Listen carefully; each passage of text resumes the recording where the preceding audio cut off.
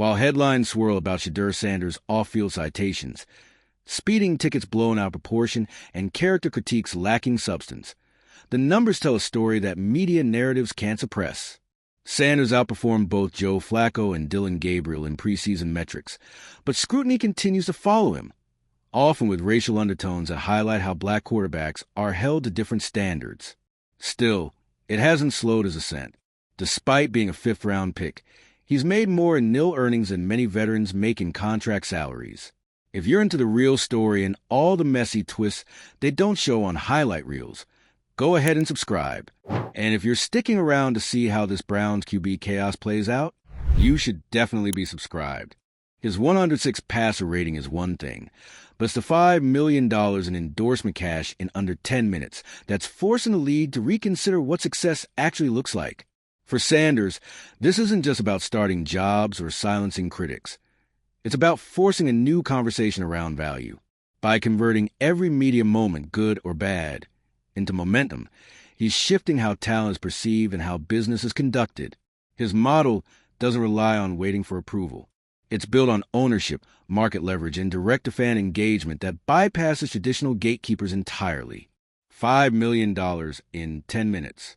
That number still doesn't sound real, but it is, and it's now the most important number in the NFL's rookie economy, because SHEDEUR Sanders just became the highest-paid rookie in NFL history, not because of a bloated contract or a bonus-lace deal.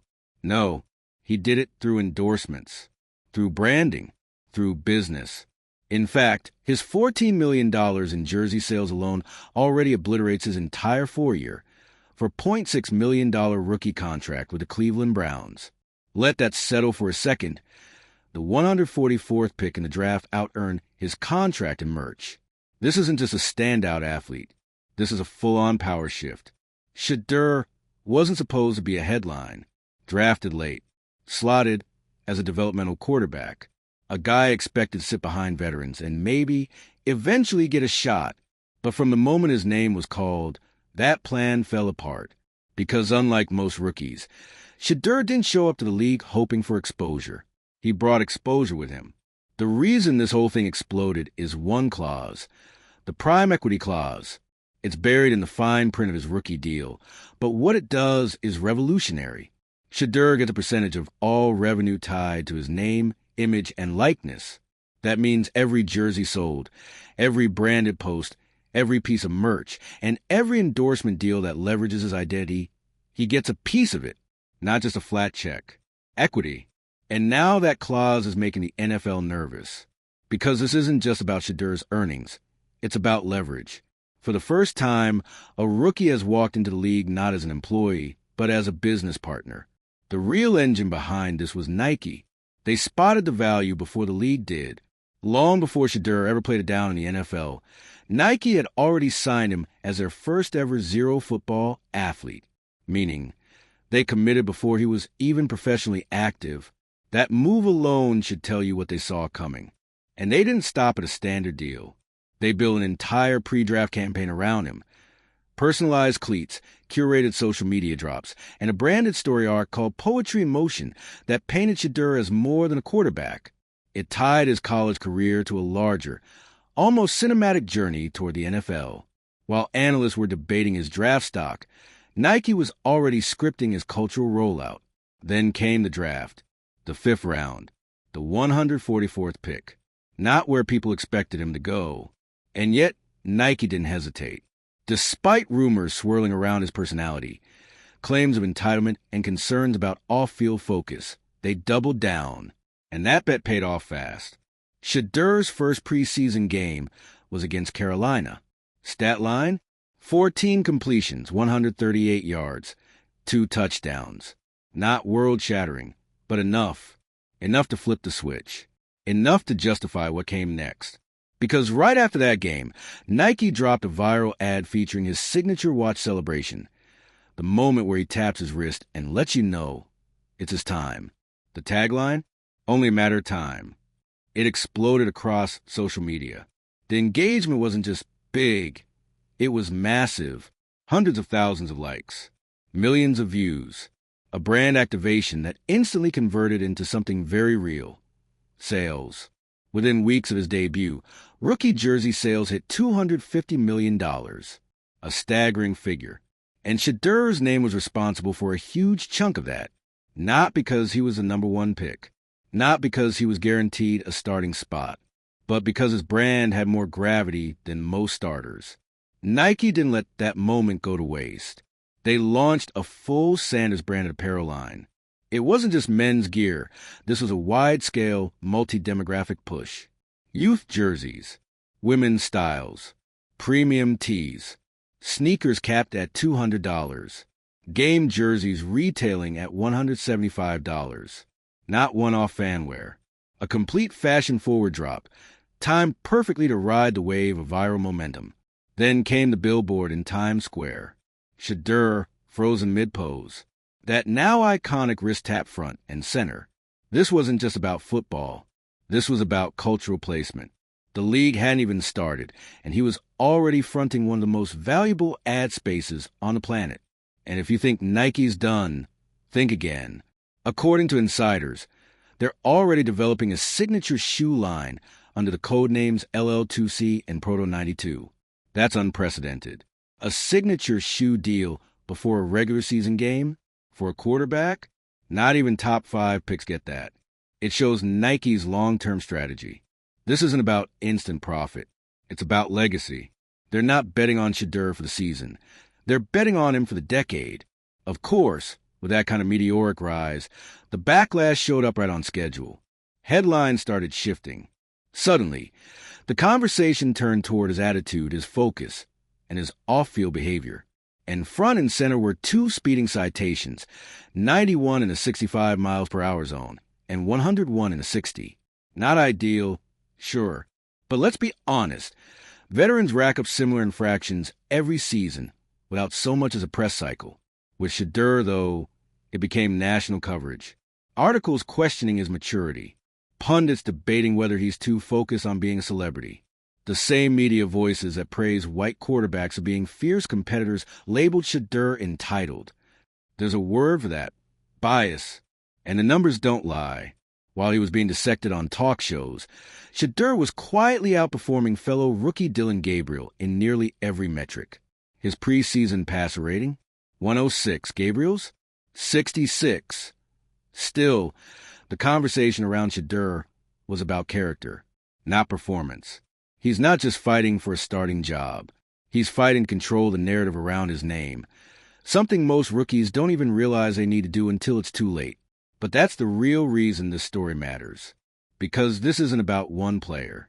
It's about what happens when athletes start demanding control over their image, their output, and their revenue. If SHEDEUR keeps performing, even modestly, it becomes impossible to ignore the success of this model. And if this model works, it doesn't stay with SHEDEUR. Rookies are going to start asking their agents for clauses like his. They'll want nil ownership.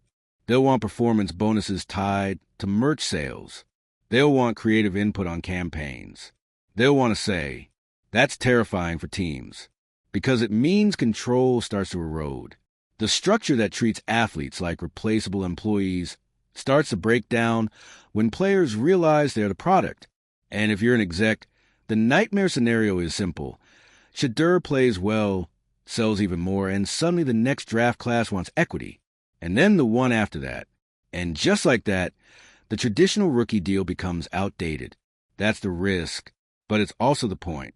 This story was never just about touchdowns. It was about timing, about visibility, about knowing that being marketable isn't something you wait for. It's something you build. SHEDEUR did that. Before the league, before the starting job, before the critics. And the league? It's still trying to catch up. So now we wait. Now to see if he can throw for 300 yards on opening day. But to see if the model holds. To see if the brand stays strong even when the numbers level out. Because the real battle isn't between SHEDEUR and another rookie. It's between the old system and what comes next. If SHEDEUR wins, even gradually, the rules change, and they don't change back. So what do you think? Is this the new path for rookies or a once-in-a-lifetime exception? Should players be allowed to own their brand from day one? Or should they prove themselves first? Drop your thoughts below. Hit like if you're into athletes breaking barriers. Share it with someone still clinging to the old school playbook. And don't forget to subscribe for more breakdowns of the biggest shifts in sports, branding, and beyond. Because this story isn't just a headline, it's a fault line. And we're just getting started. SHEDEUR Sanders didn't just show up to the NFL. He detonated a decades-old status quo and forced the league to confront a question it's never had to answer before. What happens when a rookie has more power than the system? This isn't a feel-good underdog story. It's not a Cinderella draft climb. He didn't rise from obscurity, beg for reps, or climb his way into relevance with desperate hustle. He walked in relevant. He entered the league with a fully operational brand and audience, and a contract that gave him a piece of the pie most players don't even know they're baking. That's why SHEDEUR's story isn't about potential anymore. It's about precedent. Because once a rookie, especially one picked 144th overall, earns more than his entire contract before week 1, the conversation around player value shifts permanently. No one in the league offices is sleeping well knowing that a fifth-rounder outsold the number 1 pick before even earning a starting role. SHEDEUR's rookie contract is worth $4.6 million over 4 years. In other words, a standard-issue, mid-tier deal for a quarterback not expected to start right away. But that contract is now laughably outdated compared to what he's earned outside it. $14 million in jersey sales. $5 million in endorsement earnings, reportedly generated in just 10 minutes.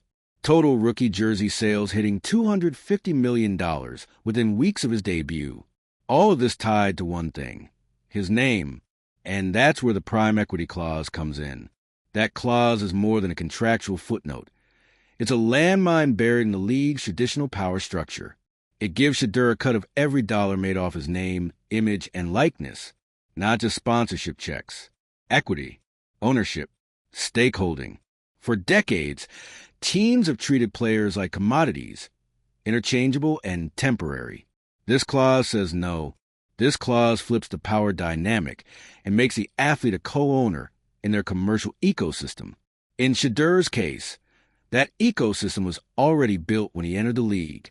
Nike knew that. That's why they signed him before the NFL ever did. While most brands wait for a player to prove themselves, Nike made SHEDEUR their first zero football athlete, meaning they committed to him before he took a single NFL snap. And they didn't just sign him. They invested. They built a full pre-draft campaign, personalized cleats, a narrative arc called Poetry in Motion, social media activations that tied his college career to professional ambition. They created a mythos, and then they delivered it straight to the market. By the time SHEDEUR got drafted, Nike had already positioned him as a brand worth buying into. Even when the league passed on him round after round, when rumors of entitlement and off-field concerns started swirling, Nike didn't waver. They doubled down. And when SHEDEUR's preseason performance showed flashes of brilliance, 14 completions, 138 yards, 2 touchdowns against Carolina, they pulled the trigger. Cue the viral ad, the watch celebration, the now famous, only a matter of time tagline. It wasn't just clever, it was timed to perfection. The ad dropped immediately after his solid debut and exploded online. Hundreds of thousands of likes, millions of views, a flood of attention that converted directly into cash. And that cash hit fast. Nike dropped the Sanders branded apparel line alongside the ad campaign. We're not just talking men's jerseys. This was a full-scale retail assault. Youth cuts, women's sizing, limited edition footwear priced at $200, authentic game jerseys retailing at $175. Graphic tees from $30 to $50. A merch line designed to move across every demographic. Then came the billboard. Times Square. A single image of SHEDEUR, wrist-tapped, owning the frame. That wasn't just a campaign. It was a cultural stake in the ground. And now, there's talk of a signature shoe line already underway. Not after a playoff run. Not after a Rookie of the Year campaign. Now, under code names like LL2C and Proto92, Nike is reportedly building a line for a quarterback who hasn't even taken a regular season snap. That tells you everything. Nike doesn't throw resources like that at uncertainty. They're playing the long game. They're not betting on stats. They're betting on resonance, legacy, longevity. They see SHEDEUR as more than a football player. They see him as a brand that can last 10 years. But as usual, when a young black athlete walks into a room with this much power, the media shifts into gear. 2 speeding tickets became a headline story. 91 in a 65, 101 in a 60. Not great, but let's be honest, those aren't career-ending scandals. They're traffic infractions. Things veteran players deal with quietly every year. But in SHEDEUR's case, they were used to raise doubts. Is he serious? Is he distracted? Is the fame getting to his head? Meanwhile, he's outperforming fellow rookie Dillon Gabriel by a mile. His preseason passer rating? 106. Gabriel's? 66. That's not even a close contest. And yet, the conversation around SHEDEUR keeps drifting back to his character, his branding, his focus.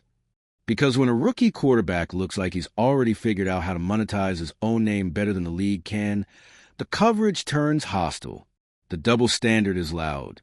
Confidence in white quarterbacks gets framed as competitive fire. Swagger in black quarterbacks? Entitlement. Arrogance. Too much too soon. But SHEDEUR hasn't just ignored that noise. He's profiting off of it. He turned criticism into clicks and clicks into revenue. That's not a fluke. That's strategy. And now, every rookie agent in the league is watching. Every incoming prospect is studying this rollout because this wasn't about talent alone. It was about ownership, narrative control, and walking into the league with more than just tape and hope. SHEDEUR entered with a business model, and it worked. If this continues, if he maintains even average on-field performance, the prime equity clause becomes the new gold standard. Athletes will want more than a salary. They'll want equity. They'll want creative control. They'll want their nil revenue tied to their contracts. And suddenly, the team isn't the only brand in town. That's what the NFL is afraid of, because the power dynamic isn't just shifting, it's threatened. If players start negotiating from a place of ownership, the entire structure changes. The old model, draft, sign, play, endorse, retire, isn't enough anymore. This is why SHEDEUR's story matters. Not just for him, for every athlete coming up, for every fan watching how the business of sports is evolving in real time. He's not just competing for a job. He's redefining what the job even is. And if the league can't keep up, that's not on the players. That's on the system. So where does this go? If SHEDEUR flames out, the league will pounce. They'll use it to scare future players away from branding too early. See, they'll say, focus on the game. Don't get distracted. His failure would be weaponized to reinforce the status quo. But if he succeeds, even modestly, it's over. The model scales.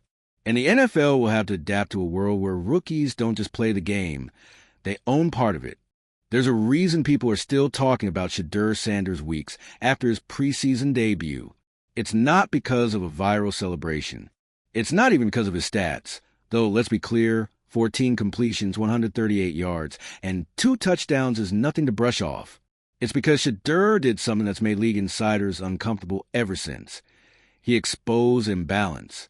Before he threw a pass in the regular season, he made more money than the average starter. Before he took a single hit, he built a brand so powerful that one of the biggest sports companies in the world positioned him as a generational investment. And before anyone could label him unproven, he proved that the public doesn't care where you're drafted. They care what you represent. He represents control, ownership, narrative power. And for a league that's made billions keeping those things locked behind team logos and TV contracts, that's dangerous. Let's talk about that jersey money. $14 million in jersey sales alone. That figure doesn't just blow past his $4.6 million rookie contract. It redefines what the NFL even is from a commercial standpoint, because it means the consumers, the fans, the buyers have made a clear statement. This guy moves product. He's not the top pick.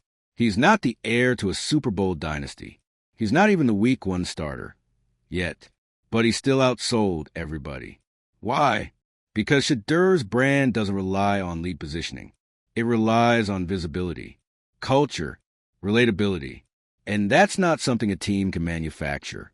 It's not something a GM can scout. That's something SHEDEUR built before the league ever noticed. And that brings us back to Nike. Nike doesn't throw around billion-dollar brand associations lightly. They didn't just partner with him. They launched him. The Poetry in Motion campaign wasn't a hype reel. It was a full-blown mythology, a curated storyline that turned SHEDEUR's college career into a preview of his NFL era. By the time the draft happened, Nike already had the ad campaigns, the product line, the cleats, and the branding engine in place. And that's why the Only a Matter of Time ad was so effective, because it didn't sell a fantasy. It sold inevitability. It told you, you're watching a star, whether you realize it yet or not. That moment triggered a flood of engagement. Social media took off. Sales exploded. Kids started mimicking his celebration. Comment sections turned into merch requests. He wasn't just a player with momentum. He was a moment. And then the media started digging. Not into his stats. Not into the business strategy. But into his traffic citations. 91 in a 65. 101 in a 60. Was it smart? No. Was it safe? Also no. But was it worth weeks of character analysis and national sports commentary? You already know the answer. No. Because when veteran players, especially white quarterbacks, rack up minor infractions, they get a line in a police blotter, maybe a comment from a coach. But when SHEDEUR does it, it's suddenly a referendum on his priorities, his maturity, his focus. The scrutiny didn't come from concern. It came from discomfort. Discomfort that a black rookie quarterback not only negotiated a next-gen contract, but capitalized on it better than anyone expected. Let's not pretend we don't know how this works. Confidence in a black athlete becomes cockiness. Business savvy becomes distraction. And any mistake, no matter how small, becomes a red flag. That's the context SHEDEUR is operating in, while outperforming his rookie competition. Posting a 106 passer rating compared to Dylan Gabriel's 66. He's still framed as a guy who needs to focus. Meanwhile, his peers with worse numbers and fewer eyes on them get the benefit of the doubt. But SHEDEUR hasn't responded with apologies or explanations. He's responded with results. And that's what makes this moment feel so charged. Because if he keeps performing, if the on-field side keeps pace with the off-field machine, he's not just a cultural figure. He's a threat to the old playbook. The prime equity clause is already being studied, already being whispered about behind closed doors. Because if it worked once, it'll work again. And every player who's watching, especially those coming up through nil-rich college systems, is thinking about what their contract should look like. This is the NFL's fork-in-the-road moment. Either adapt or brace for impact. Because SHEDEUR isn't just succeeding. He's succeeding on his own terms, and that terrifies the league. The NFL has always thrived on hierarchy. You're a rookie, you earn your spot. You wait your turn. You don't negotiate from a place of strength. You prove yourself first, and then maybe you get the endorsement. Then maybe you get to talk about your brand. But SHEDEUR reversed that. He proved that if you build smart, move early, and know your value, you can enter the league with leverage. And that leverage is what everyone's trying to control. If he wins a starting job, the prime equity clause becomes the new blueprint. If he maintains even a fraction of this momentum over a season or two, the entire athlete business model shifts. And if he stumbles, if performance dips or injuries hit or team politics bench him, the league will be ready. Ready to say this is why rookies shouldn't worry about branding. Ready to turn his ambition into cautionary tale fuel, ready to push the narrative that ownership should come after obedience. But even if that happens, they can't take back what he's already changed. The billboard in Times Square happened. The jersey sales happened. The campaign, the ad, the $250 million in merch. It all happened. That disruption is real. The ripple effect is already moving. And now it's about whether it sticks. So what do you think? Is SHEDEUR Sanders leading a new era, or is a machine going to smother the model before it spreads? Drop a comment below. Hit like if you think it's time for players to own their brand from day one. Share this with someone who's still living in the old playbook. And hit subscribe if you want more breakdowns of the moments that shake the system. Because if SHEDEUR keeps this up, The NFL isn't going to be able to contain what he started. They're going to have to catch up fast.